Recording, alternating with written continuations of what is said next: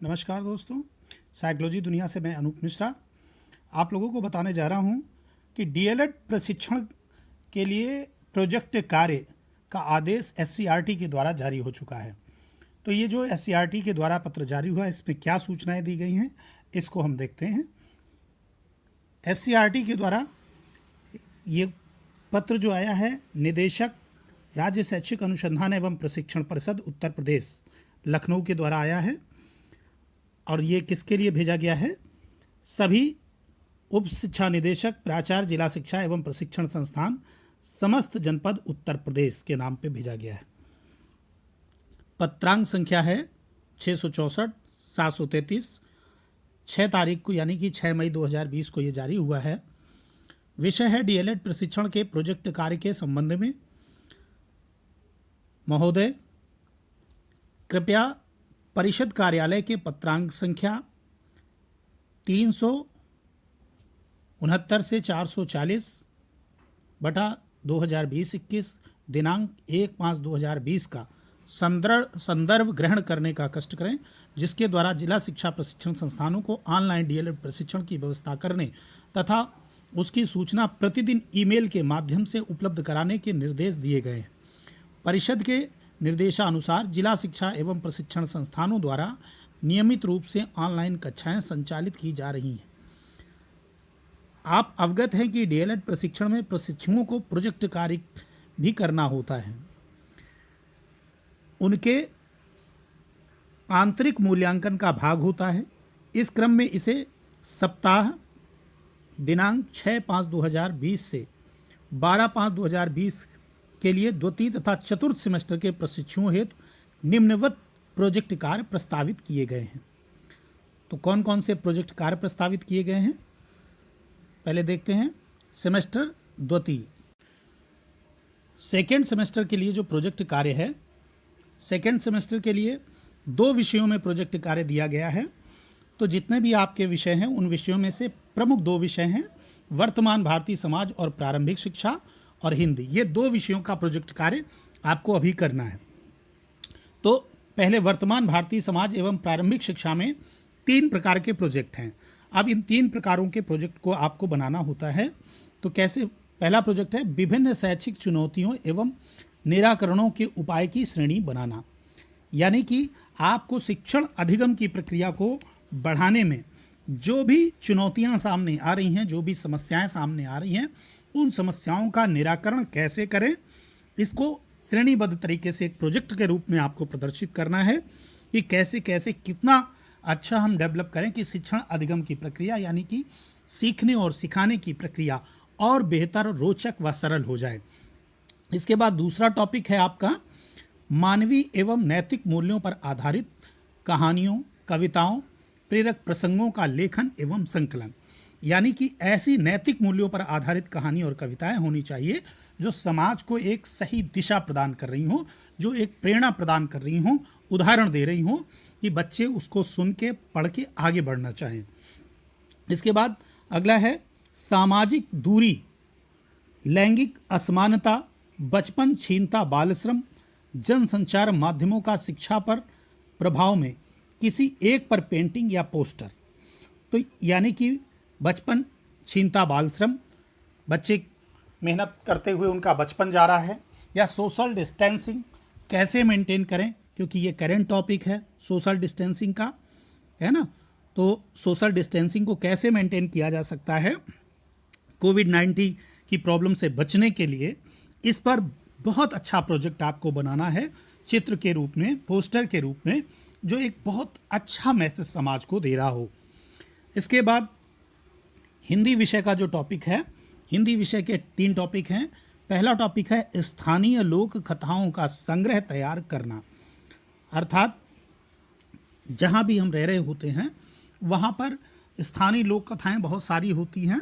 उन लोक कथाओं का संग्रह तैयार करिए, यानी कि 5 लोक कथाएँ ऐसी तैयार करिए जो बहुत प्रेरक और अच्छी लोक कथाएँ हों। इसके बाद दूसरा टॉपिक है समाचार पत्र पत्रिकाओं से कक्षा शिक्षण के लिए उपयोगी सामग्री का संकलन तैयार करना।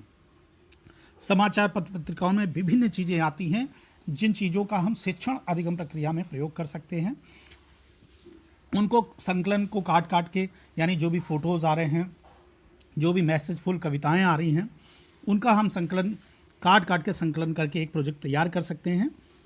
वो प्रोजेक्ट हमें तैयार करना है।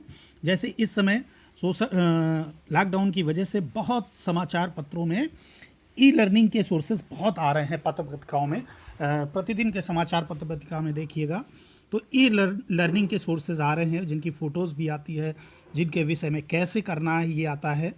तो उनकी हम कटिंग कर सकते हैं ई लर्निंग का, कि कैसे किया जा सकता है, कैसे उसको प्रदर्शित किया जा सकता है। तो उनकी कटिंग कर करके एक संग्रह तैयार करके हम बहुत सुंदर सा एक प्रोजेक्ट तैयार कर सकते हैं। इसके बाद है उच्चारण की शुद्धता हेतु ऑडियो सामग्री तैयार करना, अवधि 3 मिनट से अधिक ना हो। यानी कि जो भी शब्द का उच्चारण करते हैं छोटे बच्चे, उन शब्दों का उच्चारण कैसे शुद्धता से कराया जाए, अशुद्धता ना रहे, बच्चे उच्चारण में उस शब्दों में अंतर समझ सकें। यानी कि कोई भी शब्द का उच्चारण अगर सिखाया गया तो उसका अशुद्ध उच्चारण के साथ शुद्ध उच्चारण प्रदर्शित करता हुआ एक प्रोजेक्ट बनाया जाए, जिसके द्वारा बच्चे इस बात को समझ सकें कि हाँ, ये उच्चारण सही है और ये अशुद्ध है। तो ये तैयार करना है आपको सेकेंड सेमेस्टर के छात्र छात्राओं को। अब बात करते हैं चतुर्थ सेमेस्टर के विद्यार्थियों के लिए जो प्रोजेक्ट तैयार करना है। तो चतुर्थ सेमेस्टर के विद्यार्थियों को प्रोजेक्ट कौन सा तैयार करना है? फोर्थ सेमेस्टर के लिए है आरंभिक स्तर पर भाषा एवं गणित के पठन लेखन तथा संख्यापूर्ण संबोधन क्षमताओं का विकास करना। इस विषय से उन्हें प्रोजेक्ट तैयार करना है। तो इसमें 5 बिंदु दिए गए हैं, 5 टॉपिक दिए गए हैं। पहला टॉपिक है विभिन्न प्रकार के 5 शैक्षिक खेल तैयार करना, यानी कि 5 शैक्षिक खेलों पर एक प्रोजेक्ट तैयार करना है, अलग अलग प्रकार के जो खेल हों। दूसरा है गणित पर आधारित 5 सरल खेल तैयार करना। बहुत सारे गणित पर आधारित 5 सरल खेल हैं, जैसे गोले बना दिए ज़मीन पर, और ज़मीन पर गोले बना के बच्चे एक गोले से दूसरे गोले, दूसरे से तीसरे गोले कर करके कूदते भी जाते हैं और उनकी काउंटिंग करते जाते हैं। यानी कि खेल खेल में ही वो काउंटिंग कैसे सीख जाते हैं। इसी तरह के प्रोजेक्ट बनाने हैं। इसके बाद तीसरा है तेज़ी से पढ़ने लिखने के लिए 5 गतिविधियां तैयार करना। तेज़ी से पढ़ने लिखने के लिए गतिविधियां ऐसी कि जो भी प्रोजेक्ट इस तरह से तैयार किए जाएं कि बच्चे किस तरह से बहुत तेज़ी से उनका उच्चारण या लर्निंग प्रोसेस में जुड़ते चले जाएं, फटाफट। एक तरीके से हम इस बात को समझ लें कि ऐसे शब्द की श्रृंखला बनानी है कि उस शब्द से जुड़े हुए अगले शब्द को यदि हम प्रदर्शित करते जाएंगे तो बच्चे बहुत तेज़ी से आगे के शब्द को बोलने लगेंगे। क्योंकि बहुत बार हम देखते हैं ऐसे प्रोजेक्ट में कि हमने एक शब्द दिया, उसका रिलेशन पूछा कि इसका रिलेशन किससे है, तो बच्चे उस शब्द से रिलेटेड शब्द को फट से बता देते हैं। तो उससे क्या होता है कि वो जल्दी से जल्दी आगे की प्रक्रिया को सीखते चले जाते हैं। तो इसके बाद है किन्हीं 2 खेलों पर आधारित नाटक की स्क्रिप्ट तैयार करना। यानी कोई भी 2 खेलों पर आधारित एक छोटा सा नाटक, उसकी स्क्रिप्ट लिखकर आपको प्रोजेक्ट के रूप में तैयार करना है। इसके बाद है भाषा के विकास हेतु 5 फन गेम्स तैयार करना। भाषा को डेवलप करने के लिए 5 फन गेम्स आपको बनाने हैं।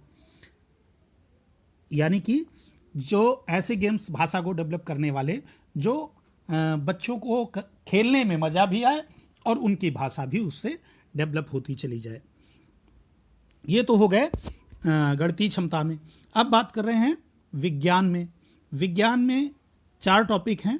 पहला है रक्त की संरचना एवं प्रकार को स्पष्ट करने हेतु चार्ट मॉडल TLM तैयार करना।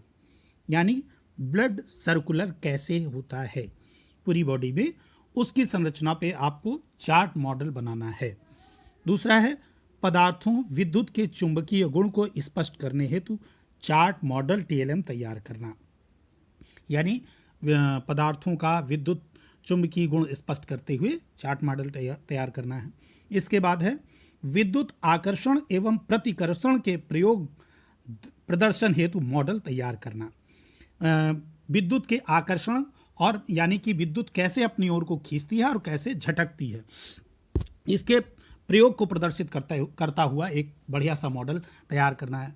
जैसे एक कोई पंखा चलता है तो पंखा चलता इसीलिए है कि विद्युत धारा जब उसमें प्रवाहित होती तो उसके चुंबक में चुंबकीय गुण आ जाता है जो अपनी ओर खींचता है और जिसकी वजह से पंखा चलता है। तो इसी तरह से विद्युत कैसे आकर्षित करती है और कैसे प्रतिकर्षित करती है इसको प्रदर्शित करता हुआ मॉडल तैयार करना है। इसके बाद है चौथा औषधि पौधों की विशिष्टताएं स्पष्ट करते हुए चार्ट मॉडल तैयार करना, यानी कि वनस्पति विज्ञान का ये टॉपिक है। तो चूंकि बहुत सारे पौधे औषधि गुण वाले होते हैं तो औषधि गुण वाले पौधों की कौन सा पौधा है, उसकी क्या विशिष्टता है और इसकी जो उपयोगिता है वो किस बीमारी में लाभकारी है, इसको कितनी मात्रा किस बीमारी में लेने से कौन सा फायदा होता है, इसको स्पष्ट करता हुआ एक चार्ट मॉडल आपको तैयार करना है।